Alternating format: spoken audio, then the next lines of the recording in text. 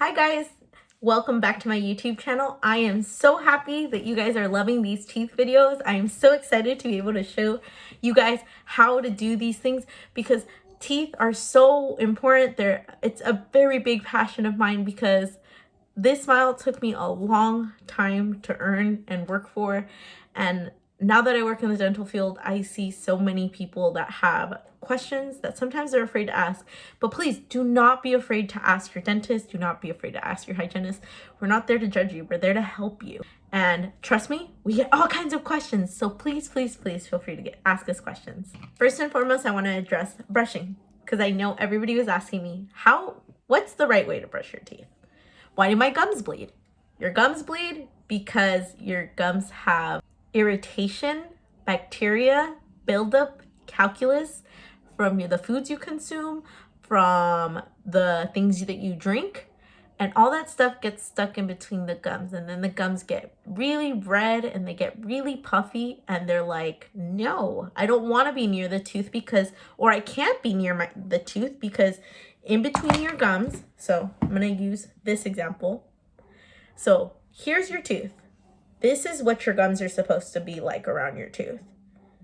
The more bacteria that goes in between your gums and your tooth, the looser your gums become away from your tooth.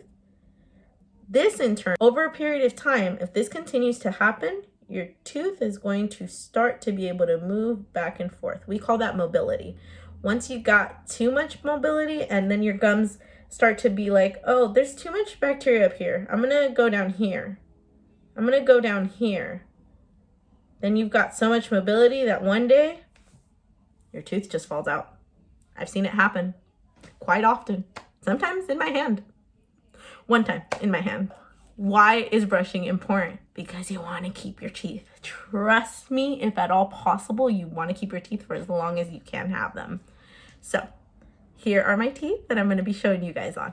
I hope that you guys are really enjoying these videos because I'm giving you some advice that we pay 6 figures to learn in school.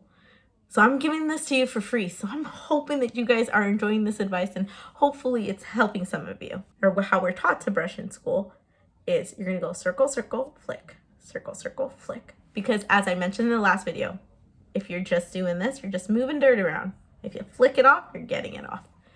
So you're gonna go circle, circle, flick, circle, circle, flick. And you're gonna do that with all your teeth.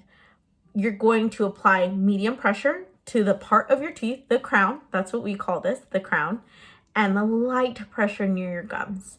And that is what you'll see a lot of people have staining or yellow around their teeth or gums. That is why, because they're not brushing. They're just brushing here, here, here in the middle, the parts that people can see. And back there, make sure you're doing the same thing because those teeth are probably the most important. Yes, these teeth look nice and pretty and that's what we want, but these teeth is what you do all your chewing with.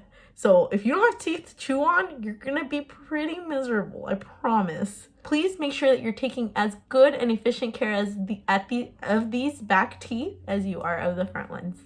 Another question that I got asked, and like I said, please ask us questions. We're there to help you, is how to floss. For demonstration purposes, I'm gonna use Glide. When I said that I personally really like cocoa floss is because I feel like it gets the most stuff out of my teeth. It gets a lot more stuff out of my teeth than Glide does. But if you have really tight teeth, and that means that like when you put floss in your mouth, it just hurts, then yeah, don't use cocoa floss because I feel like that might be a little too thick for your teeth. Use Glide because Glide is exactly what it says. It's very sleek. It's like gliding across your teeth. So you're going to take the floss, you're going to put it in between your teeth, and in between your teeth, you will feel and hear it when it snaps in between your teeth.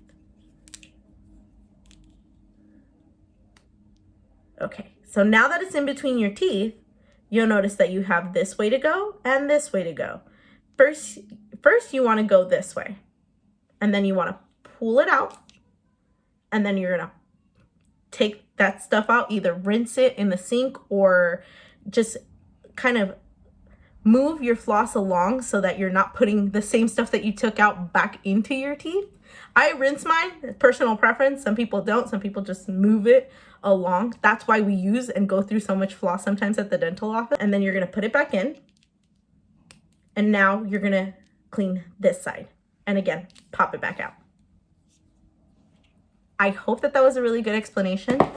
I hope that was a better explanation than my C curve explanation from my last video, but that's why we say the C curve, because the C curve gives you leverage against that other tooth, and that way you are getting the stuff off of it.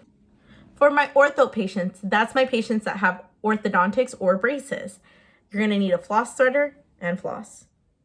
You're gonna put the floss through the threader, pull it on in. I'm going to use one with a wire so that you guys can better see what I mean. You're going to put it in between your teeth. You can put it in this way, but I see a lot of people poke their gum and then it kind of hurts. So do it in this way. You're going to pull the threader through. Probably rest that in your mouth somewhere, like your tongue. Then you're going to pull one side of the floss out like this. Make sure that you're holding either the threader in or whatever have you. It's a lot easier to maneuver when you're doing it on yourself, but I don't have braces right now. Okay, now that you've got it in, now you're gonna floss one side of the tooth and pop, and then the other side of the tooth and then pop. And then you're gonna pull it out. And then to do the next part, the next set between your brackets, you're gonna pull the floss threader through again, pull one side out, and then in and floss and out and floss. And while that is tedious, trust me, it is tedious. It is imperative. You have those braces on your teeth for 2 years. Some people get very lucky. They only get 6 months. Some people get lucky and they get only 8 months. Some people get lucky and only get a year. But most braces cases are 2 years. So that means for 2 years, if you're not going to floss your teeth, one, your gums are going to hurt because they're going to be irritated because they don't want that stuff in there. 2, your gums are going to be really puffy, and then your teeth are going to look really tiny because your gums are all red and puffy and they're trying to get like your attention. And 3, your breath is going to kick. And I mean kick. Like it's going to smell and people are going to tell you, brush your teeth. Are you brushing your teeth? And it's not that you're not brushing your teeth. It's that you're not flossing. And brushing your teeth does not get everything out of your mouth. And for those of you who are like, oh my God, you're crazy. Like I'm not doing all that. I'm not buying like floss threaders and then floss. And you can get these for your kids or your adults or your husband or your wife. These already come with threaders attached. There's literally no excuse to take good care of your mouth anymore. They didn't even have these when I was a kid. This is awesome. Now, under dire and necessary circumstances, floss picks. These are everyone's favorites because they're so easy. And I'm okay with you using these as long as you're using them the right way. So you're going to take your teeth. We're going to angle this floss threader against that tooth. And we're going to be pushing it in and out, and then pop it out, and then in, and then angle it against the other tooth, and then pop it out. The ends of these little floss threaders are to get, stuff around. This specific floss threader is meant for my people that have ortho, and the reason that it's like this is because I will link these if I can find these, but you're supposed to be able to get all the way in, even past the wire, just by doing that. But again, you want to angle it. Not my recommendation. I would prefer that you use a traditional floss with the floss threaders. I know. Everybody's probably, then why are you giving us the option? Because there's times when you're going to need this. There's times where you're going to be at a restaurant. You're going to have stuff stuck in your teeth. So yes, keep these in your car, in your purse, on your person, in your house. The back of this little threader is what's awesome because it has these little spikes on the end. And they're not spikes. They're not sharp or anything. But that can go right in here and get whatever is underneath that wire or stuck right there and get it out so you don't have another embarrassing moment in braces. I'm going to link these on Amazon. These are the orthodontic floss threaders that already come attached. These are also great for bridges. If you have a bridge, which I don't have a model to show you of, but basically a bridge is 2 crowns attached to a fake tooth. If you have to floss underneath the fake tooth.